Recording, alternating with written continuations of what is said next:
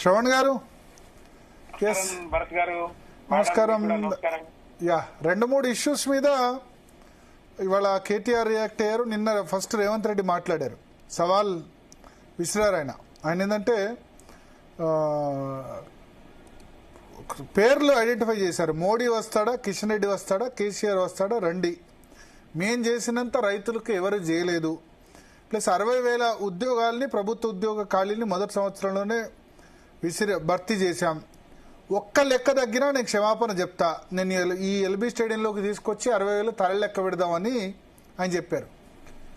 దానికి మీరు చర్చకు సిద్ధం అని కేటీఆర్ సవాల్ విసిరారు. బట్ సీఎం రేవంత్ రెడ్డి ఏమో కేటీఆర్ కాదు, ఆయన కేసీఆర్, కిషన్ రెడ్డి, మోడీ వీళ్ళ పేర్లు తీసుకున్నారు. యా, మరి అవుతుందా ఇది? వాళ్ళ మంత్రులేమో నువ్వు కాదు, మీ ఫాదర్ రావాలి, కేసీఆర్ రావాలి అని వాళ్ళు అంటారు. మీకు వెనకట ఒక బుక్ ఉంటుండనండి, ఇప్పుడు కూడా of course it's quite a popular book. Politicians, కొంత వార్ ఫేర్స్ లో ఉన్న వాళ్ళందరూ బాగా చదువుతారు. ది ఆర్ట్ ఆఫ్ వార్ అని ఒక పుస్తకం ఉంటుంది. సున్జు అని ఒక చైనీస్ మిలిటరీ స్ట్రాటజిస్ట్, ఫిలాసఫర్, ఆయన రాస్తాడు అనమాట. It's suppose to be one of the best books. అయితే ఇప్పుడు రేవంత్ రెడ్డి గారు కూడా పుస్తకం రాస్తా ఉన్నాడు తెలంగాణ చరిత్రలో, ఆర్ట్ ఆఫ్ లయింగ్ అని. సున్జు ఆర్ట్ ఆఫ్ వార్ రాస్తే Revanth Reddy art of lying అని ఒక పుస్తకం రాస్తున్నట్టున్నాడు. కాబట్టి అబద్ధాల పునాదుల మీద ఆయన పిసిసి అధ్యక్షుడు అయిండు, అబద్ధాల పునాదుల మీద ముఖ్యమంత్రి అయిండు, అబద్ధాల పునాదుల మీద 18 నెలలుగా పరిపాలన కొనసాగిస్తూ మళ్ళా ఒక భ్రాంతిలో ఉండడేమో అనిపిస్తాడు. I think is in a particular psychological framework. ఏంటంటే అబద్ధం ఆడేటోడు కొంతమంది ఏంటంటే తెలిసి అబద్ధాలు ఆడతారు, కొంతమంది ఏమో తెలియక అబద్ధాలు ఆడతారు, కొంతమంది పరిపూర్ణంగా అబద్ధాన్ని కూడా నిజమే అనుకొని నమ్మి ప్రజలను కూడా నమ్మించే ప్రయత్నం చేస్తాడు. రేవంత్ రెడ్డి గారు బహుశా ఆ ప్రయత్నం ఏమైనా చేస్తుందో అర్థం కావట్లేదు.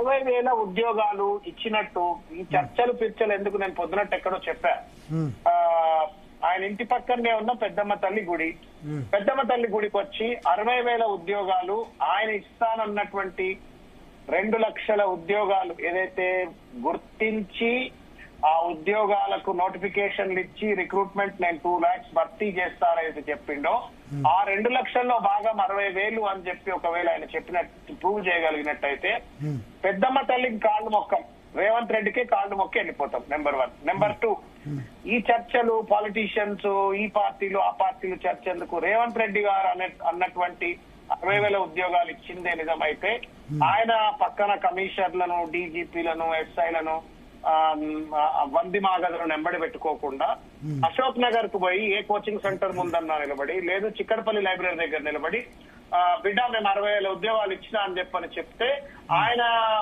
ఏమాత్రం ఒంటి మీద గాయాలు లేకుండా అక్కడి నుంచి కనుక బయట ఇప్పుడు ఎల్బీ స్టేడియంలోనే చెప్పారు కదా, సిటీ నడిబొడ్డులోనే ఏముంటారండి? ఇటు పక్కన సైబరాబాద్ కమిషనర్, అటు పక్కన హైదరాబాద్ కమిషనర్, వెనుక డీజీపీని పెట్టుకొని చుట్టూ పోలీసులను పెట్టుకొని మస్తు మాట్లాడతారు. నేనేమంటున్నా, రేవంత్ రెడ్డి గారికి నైతిక ఛాలెంజ్. కేటీఆర్ గారు అవసరం లేదు, కేసీఆర్ గారు అవసరం లేదు, ఎవ్వరు అవసరం లేదు. ఏ నిరుద్యోగులనైతే తను వాడుకొని, ఏ నిరుద్యోగులనైతే రాహుల్ గాంధీతో సహా వాడుకొని చికట్పల్లి లైబ్రరీ, తర్వాత అశోక్ నగర్ ప్రాంతంలో ఉన్నటువంటి నిరుద్యోగులను వాడుకొని వాళ్ళ ఓట్లు దండుకొని అధికారంలోకి వచ్చింది. ఇవాళ మా రాజ్యసభ సభ్యులు అనిల్ కుమార్ యాదవ్ కూడా ఆ రోజు జరిగిన ఉద్యమాల్లో ఆయన కూడా భాగస్వాములైనరు. నేనేమంటున్నా, రేవంత్ రెడ్డి గారు యంగ్ స్టార్, నేను ఫుట్బాల్ ఆడతా, బాగా డైనమిక్ అంటున్నాడు కదా, ఆ డైనమిజం పక్కన పెట్టి ఒకసారి గుర్తు తెచ్చుకొని ఒక్కడే అశోక్ నగర్కి వెళ్ళి ఏ కోచింగ్ దగ్గర కన్నా వెళ్ళి నేను 60 ఉద్యోగాలు ఇచ్చినా అంటే ఒంటి మీద గాయం లేకుండా అక్కడి నుంచి ఆయన బయటకు వస్తాడు. ఇప్పుడు దీనిలో లొసుగుంది. 60,000 ఉద్యోగాలు ఇచ్చారు, కానీ మీ హయాంలో ఇచ్చిన వాటి కూడా ఆయన నేను ఫాస్ట్ గా రిక్రూట్మెంట్ కంప్లీట్ చేసే ఇచ్చా అంటున్నారు. అన్న ఇప్పుడు ఎట్లుంటది అంటే, వెనకట్టుకో సామెత ఉన్నది, ఏ దొడ్ల కడితే నా దొడ్లే ఇంత చాలన్నట్టున్నది రేవంత్ రెడ్డి ముచ్చట. నిరుద్యోగులకు వారు రేవంత్ రెడ్డి గారు ఇచ్చినటువంటి ఒక ప్రామిస్ ఏంటి అంటే, వారు ఇచ్చిన యూత్ డిక్లరేషన్ లో చాలా స్పష్టంగా 2 లక్షల ఉద్యోగాలు ఈ state government sector in 1 year అని చెప్పడం జరిగింది. దాంట్లో ఆయన అధికారంలోకి వచ్చిన తర్వాత రేవంత్ రెడ్డి గారు 29 ఫిబ్రవరి 24 నాడు వారు పాత నోటిఫికేషన్ ను రద్దు చేసి 1162 టీచర్ పోస్టులకు భర్తీ చేసినారు. పాత 5089 ఉంటే దానికి కొత్తవి కొన్ని యాడ్ చేసి మొత్తానికి 11,062 ఉద్యోగాలు ఇచ్చినారు. ఇది ఎడ్యుకేషన్ డిపార్ట్మెంట్ లో. హెల్త్ డిపార్ట్మెంట్ లో 28/6/2024 నాడు civil assistant surgeons 435 notification number 1/24. Assistant professors in health department notification number 2/24 dated 4/7/2024 vacancies 45. Lab technicians in health department grade 2 2050 అది కూడా 11 సెప్టెంబర్ 2024 నాడు ఇచ్చినారు. నర్సింగ్ ఆఫీసర్స్ నర్సులు 18/9/24 నాడు 2050 ఉద్యోగాలు. ఇది కూడా 4/24 నోటిఫికేషన్. ఫార్మాసిస్టులు నోటిఫికేషన్ నెంబర్ 5/24 డేటెడ్ 24/9/24 వేకెన్సీ 633. వెరసి మొత్తం కనుక తీసుకున్నట్టయితే 11,202 మాత్రమే. రేవంత్ రెడ్డి గారు 18 నెలల అధికారంలో తాను గుర్తించి తాను ఇచ్చినటువంటి యొక్క నోటిఫికేషన్లు ఒకటి. అయితే ఆయన గత ప్రభుత్వం కేసీఆర్ గారు ప్రభుత్వం గుర్తించినటువంటివి, నోటిఫికేషన్లు ఇచ్చినటువంటివి, రిక్రూట్మెంట్ ప్రాసెస్ ఉన్నటువంటివి అన్ని ప్రోగ్రెస్ లో ఉన్నటువంటి వాటన్నిటిని కూడా తన ఖాతాలో వేసుకొని 100 కోట్ల రూపాయలు ఖర్చు పెట్టి తాను ఉద్యోగాలు సృష్టించినట్టు, తాను ఉద్యోగాలు ఇచ్చినట్టుగా దాని ఎల్బీ స్టేడియం సాక్షిగా అపాయింట్మెంట్ లెటర్లు ఇచ్చి ఏ దొడ్లే కడితేంది నా దొడ్లే ఇంతే చాలు అని చెప్పని తన ఖాతాలో వేసుకున్నాడు. దీంట్లో 2 మోసాలు. ఒకటి, గత ప్రభుత్వం సృష్టించినవి తన ఖాతాలో వేసుకుంటున్నాడు. రెండో మోసం ఏంటంటే తెలంగాణ నిరుద్యోగులకు 2 లక్షల ఉద్యోగాలు నేను ఇస్తా అని చెప్పిండు. ఇస్తా అని చెప్పిన పెద్ద మనిషి ఇవాళ 2 లక్షల్లో ఇవాళ మాట్లాడిన మాటలు మీరు కానీ నిన్న మాట్లాడిన మాటలు మీరు వింటే 1,00,000 ఉద్యోగాలు ప్రైవేట్ సెక్టర్ లో క్రియేట్ చేసిన, 60,000 గవర్నమెంట్ సెక్టర్ లో క్రియేట్ చేసిన. సో దేర్ ఫోర్ ప్రాబబ్లీ ఆ 2 లక్షల ఉద్యోగాల్లో ఇంకొక 40,000 ఉద్యోగాలు ఇస్తే నా టార్గెట్ రీచ్ అవుతుంది అనేటువంటి ఒక భావనను స్ఫురించే విధంగా మాట్లాడుతా ఉన్నారు. ఇది ఇంకొకటి ఏంటి అంటే క్యాలెండర్ డిక్లేర్ చేస్తా అని చెప్పారన్నారు. మేనిఫెస్టోలో స్పష్టంగా అంత అద్భుతమైనటువంటి ఒక గ్రూప్ 1 నియామకాలు, గ్రూప్ 2 నియామకాలని డేట్లతో మీరు ఇష్టం వచ్చినట్టుగా ఆ రోజు అభయహస్తం మేనిఫెస్టో అని చెప్పని మేనిఫెస్టోలో పెట్టినారు. మీరు క్యాలెండర్ డిక్లేర్ ఎందుకు చేయలేకపోతా ఉన్నారు? ఒకటి. రెండవది, మీరు కనీసం ఏ డిపార్ట్మెంట్ లో ఎన్ని వేకెన్సీస్ ఉన్నాయని 18 నెలల కాలం నుండి ఎందుకు గుర్తించలేకపోతా ఉన్నారు రేవంత్ రెడ్డి గారు? ఏ కారణం చేత గుర్తించలేకపోతా ఉన్నారు? 029 it was a crime on the unemployees of Telangana BC, SC, ST, minority నిరుద్యోగుల పైన రేవంత్ రెడ్డి ప్రభుత్వం చేస్తున్న దాష్టికం 029. పిల్లలు హైకోర్టు, సుప్రీంకోర్టులు అని చెప్పని కొట్లాడినప్పటికీ కూడా ఒక దున్నపోతు మీద నీళ్లు పడ్డట్టుగా ఒక మొండి వైఖరితోటి ఆ 029 అమలు చేస్తే అది మొత్తం కూడా లోపభూయిష్టం అయిపోయింది. నిర్వహణ అంతా కూడా ఇప్పుడు పాలైందన్నప్పటికీ కూడా ఒంటెద్దు పొగడతో ముందుకెళ్ళిపోయినాడు. ఆ గ్రూప్ 1 కండక్ట్ చేసిందంటే గ్రూప్ 1 నిర్వహణ కూడా తప్పుల తడకైపోయింది. వాళ్ళ హైకోర్టులో స్టే ఉన్నది. తెలుగు మీడియం వాళ్ళకి అన్యాయం. ఒకే సెంటర్ లో ఇష్టం వచ్చిన ఒకే రూమ్ లో ఉద్యోగాలు రావటం, మొత్తానికి పరీక్ష నిర్వహణ చేతగాలేదు. పనికిరాని జీవోలు పట్టుకొచ్చి జీవితాలతో చెలగాటమాడిండ్రు. క్యాలెండర్ ను డిక్లేర్ చేయలేదు. 11,000 ఉద్యోగాలు ఇచ్చి 60,000 ఉద్యోగాలు ఇస్తున్నా అని చెప్పని ఖర్గే సాక్షిగా లక్షల మంది ప్రజలు చూస్తుంటే అబద్ధాలు ఆడితే ఏ దేవుడిపై మనం పెట్టుకోవాలి చెప్పండి? కంచె చేయడం వేసిందంటే ఇదే. ఇవాళ దొంగల అబద్ధం ఆడిండ్రు, లఫంగిలు అబద్ధం ఆడిండ్రు అంటే అరే తప్పదు ఆయన అని చెప్పొచ్చు. ముఖ్యమంత్రి నా కళ్ళ ముందే ఎన్ని నోటిఫికేషన్ ఇచ్చి నేను ఇప్పుడు తెలంగాణ విద్యార్థులు, నిరుద్యోగులు సమాజం ఏమైనా చెవులలో పూలు పెట్టుకుందా చెప్పని ఇక తిరిగి ఎడ్డోళ్ళ నువ్వు ఇచ్చే నోటిఫికేషన్ నీ కళ్ళ ముందే కనబడుతున్నాయి, నా కళ్ళ ముందే కనబడుతున్నాయి. అయినా అబద్ధం ఆడుతున్నాడు ఏంటో అని అంటే ఒక భ్రాంతి అనమాట. ఉన్నది లేనట్టు, లేనిది ఉన్నట్టు భ్రాంతిని సిజోఫెర్నియా అంటారు. రేవంత్ రెడ్డి గారు ఇవాళ ఆ సిజోఫెర్నియా లాంటి వ్యాధితో బాధపడుతున్నారేమో నాకు అర్థం కావట్లేదు. But in any case it's a betrayal of Telangana youth, betrayal of unemployed and the students of Telangana youth. ఇది మోసం. ఇంకా దీనికి చర్చలు వాళ్ళు ఏమంటారంటే మీరు రిక్రూట్మెంట్ మీ హాయిలో సంవత్సరాల తరబడి జరిగింది, మేము చాలా ఫాస్ట్ గా కంప్లీట్ చేశాం. డిఎస్సి చూడండి 3 నెలల్లో కంప్లీట్ చేశాం. గ్రూప్ 1 2011లో చివరిసారి జరిగింది. దాన్ని కూడా ఇంత ఫాస్ట్ గా కంప్లీట్ చేసి రిజల్ట్ ఇచ్చింది మేము. బీఆర్ఎస్ ఆయనలో 10 ఏళ్లలో ఒక్క గ్రూప్ 1 కూడా కాలేదు. గ్రూప్ 2 ఒకటే అయింది. డిఎస్సి చాలా ఫాస్ట్ గా 5,000 పోస్టులు 6,000 పోస్టులు కంప్లీట్ చేశారు. 5,000 నోటిఫికేషన్ రద్దు చేసి నువ్వు 5,000 యాడ్ చేసి 11,000 ఇచ్చినవండి. నువ్వేమన్నావు ఫస్ట్ ఇయర్ లో 25,000 డిఎస్సి టీచర్ ఉద్యోగాలు ఇస్తా అన్నావు. మరి ఎందుకు 5,000 యాడ్ చేసినావు? 20,000 ఎందుకు యాడ్ చేయలే? మీరు ఏమన్నారు? 25,000 ఉద్యోగాలు నేను డిఎస్సి ఫస్ట్ ఇయర్ ఇస్తా అన్నారు. 25,000 ఉద్యోగాలు ఫస్ట్ ఇయర్ డిఎస్సిలో ఇస్తా అని నువ్వు నోటిఫికేషన్ రద్దు చేసి నువ్వు 5,000 ఎందుకు యాడ్ చేసినావు? మరి voice that you could not know. ఒకటి. రెండవది, నువ్వు నిరుద్యోగులకు 4,000 రూపాయల పెన్షన్ ఇస్తా అని చెప్పాను. ఎందుకు ఇవ్వలేకపోతా ఉన్నావు? మరి నువ్వు 2 లక్షల ఉద్యోగాలు ఇవ్వలే, పక్కకు పెడదాం.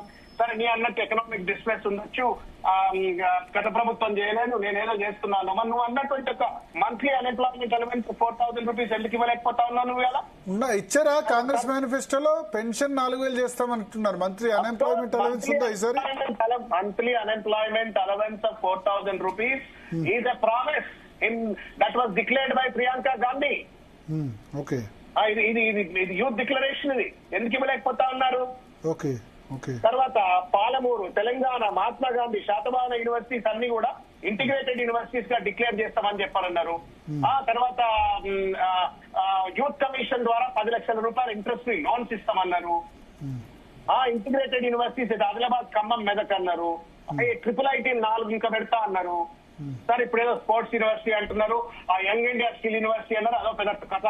అందుకే దాని గురించి మళ్ళీ డీప్ గా మళ్ళీ ఎప్పుడన్నా చర్చ చేయొచ్చు.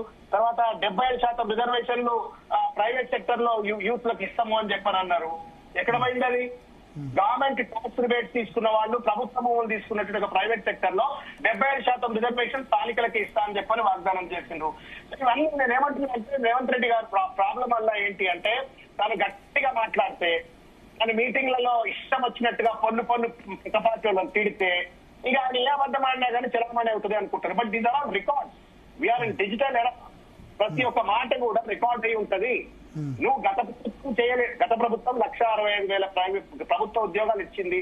దాదాపు 20 లక్షల ప్రైవేట్ ఉద్యోగాలు TSI పాస్ ద్వారా ఇచ్చింది. దాదాపు 50,000 కోట్ల రూపాయల పెట్టుబడిని, దాదాపు 5 లక్షల కోట్ల ప్రైవేట్ సెక్టర్ IT ఇన్వెస్ట్మెంట్స్ తీసుకుపోయింది. ఇవన్నీ కూడా రికార్డ్స్ లో ఉన్నాయి. నేనెక్కడ స్టాటిస్టికల్ డేటా ఏంటి? 32 డిపార్ట్మెంట్లే ఉన్నాయి ప్రభుత్వం. ఏ డిపార్ట్మెంట్ లో ఎన్ని ఉద్యోగాలు వచ్చేటువంటి 2 ఏళ్ళు 3 ఏళ్ళు 4 ఏళ్ళు 5 ఏళ్ళలో ఖాళీలు ఏర్పడతాయని చెప్పాలి. వైట్ పేపర్ ఎందుకు డిక్లేర్ చేయట్లేదు? ఇట్లా అడిగినా అపోజిషన్ లో కూర్చొని బీఆర్ఎస్ ప్రభుత్వాన్ని, కేసీఆర్ గారి ప్రభుత్వాన్ని మీరు కాంగ్రెస్ లో ఉండగా పొద్దున్న వేస్తే అడిగారు, డిక్లేర్ చేయి వైట్ పేపర్, డిక్లేర్ చేయి ఎన్ని ఖాళీలు అని చెప్పని. 10 నెలలు గవర్నమెంట్ డిక్లేర్ చేస్తలేవు రేవంత్ రెడ్డి గారు. వాట్ ఈస్ రేవంత్ రెడ్డి గారు? ఎందుకండి ఛాలెంజ్లు? మళ్ళీ నేను ఒక్కటి తక్కువైనా, నగనీరు సినిమా డైలాగులు ఎందుకండి? ఒక్కడు కాదు 100 మందికి ఒక్కటి తక్కువైనా రావద్దు అన్నట్టుగా నేను అది ఇట్స్ డేటా. నువ్వు ఇచ్చింది ఎడ్యుకేషన్, హెల్త్ డిపార్ట్మెంట్. ఇవి తప్ప నువ్వు పాత ఉద్యోగాలే నువ్వు భర్తీ చేసి నీ దాంట్లో వేసుకుంటే అని చెప్పి నువ్వు వంచన అయితే కదా, మోసం అవుతుంది కదా. నిన్ను నమ్మి మొత్తం నిరుద్యోగ యువకులంతా బస్సులు వేసుకొని ఓట్లు తిరిగి నీకు ఓట్లు వేయించింది. ఇవాళ ఏం చెప్తున్నావు? వచ్చిన తర్వాత పాత ప్రభుత్వ ఉద్యోగాలు నీ ఖాతాలు వేసుకొని నేను ఇచ్చినా అని చెప్పి నువ్వు సంఖ్యలు గుద్దుకోమంటున్నావు. ఓకే, గట్టి గడితే ఛాలెంజ్ అంటున్నావు. బట్ ఇవాళ కేటీఆర్ ఛాలెంజ్ విసిరారు, ఎక్కడైనా సిద్ధం అని చెప్పి, రైతు సమస్యల మీద, మిగతా వాటి మీద. సార్, ఇప్పుడు నేనేమంటున్నా, వాళ్ళేమో కేటీఆర్ కాదు కేసీఆర్ రావాలని వాళ్ళు అంటారు. సార్, అకల్ మన్ కు ఇషారా కాఫీయే సార్, అకల్ మన్ కు ఇషారా కాఫీయే. నేనేమంటున్నా అంటే, కేసీఆర్ గారు ఎందుకు రావాలా, కేటీఆర్ ఎందుకు రావాలా?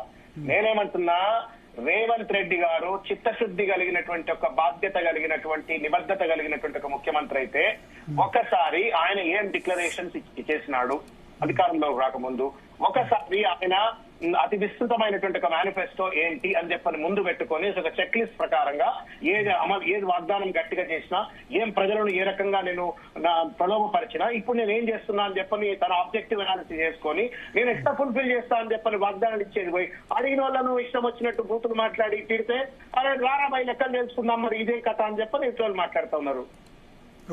నీవు ఇవ్వాలి. అధికారంలో ఉన్న వాడికి ఓర్పు ఉండాలా, సంవయనం ఉండాలా, అనుభవం ఉండాలా, ఇచ్చిన వాగ్దానాన్ని అమలు చేసేటువంటి నిబద్ధత ఉండాలా. ఏం చేయాలి చెప్పండి. ఇక ఎవరో క్రిమినల్సో లేకపోతే చీటర్సో లేకపోతే ఎవరో బ్యాంక్రప్ట్ ఫైనాన్షియల్ ఫ్రాడ్ చేసేటోడు తప్పుడు లెక్కలు తప్పుడు మాటలు మాట్లాడితే అనుకోవాలా.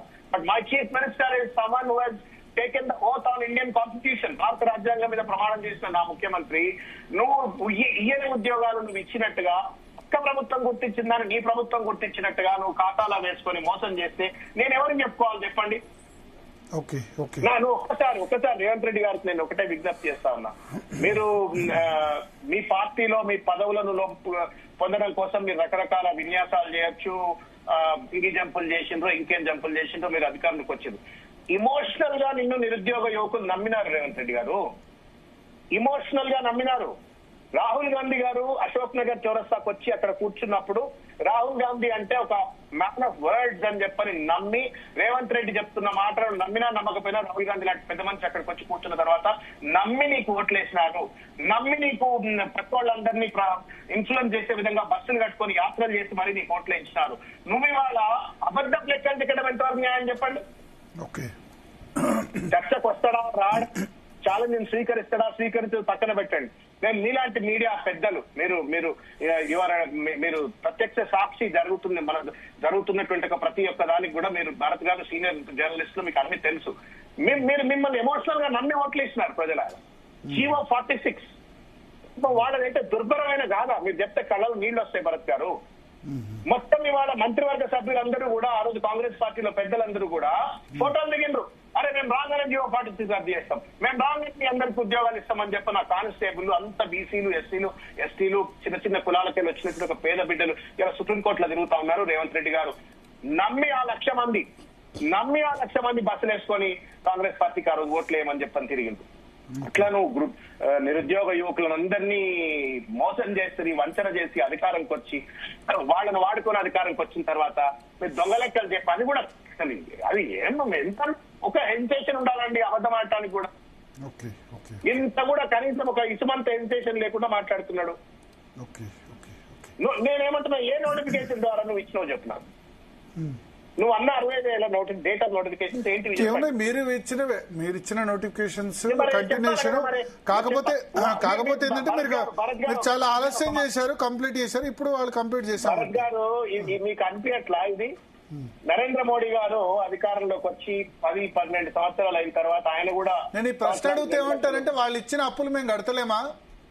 వాళ్ళు ఇచ్చిన అప్పులు మేము కడుతున్నాం కదా, కట్టినప్పుడు వాళ్ళు ఇచ్చిన నోటిఫికేషన్ మాత్రం మాది కాకుండా ఎట్లా పోతే ఫిలప్ మేము చేస్తేనే అంటున్నారు. సరే, ఇప్పుడు 1,80,000 కోట్ల రూపాయల అప్పు 18 నెలల్లో రేవంత్ రెడ్డి గారు చేసి కార్డ్ లెక్కల ప్రకారంగా నెలకు 2,000 కంటే దాటినటువంటి ఒక మిత్తి కట్టి నేను 1,80,000 కోట్ల రూపాయలు మిత్తి కట్టినా అని చెప్పని అదొక అబద్ధం ఆడుతా ఉండు, ప్రజలు తప్పుదోవ పట్టిస్తా ఉన్నాడు. నేనేమంటా ఉన్నా అంటే డెవలప్మెంట్ ఇస్ అ కంటిన్యూస్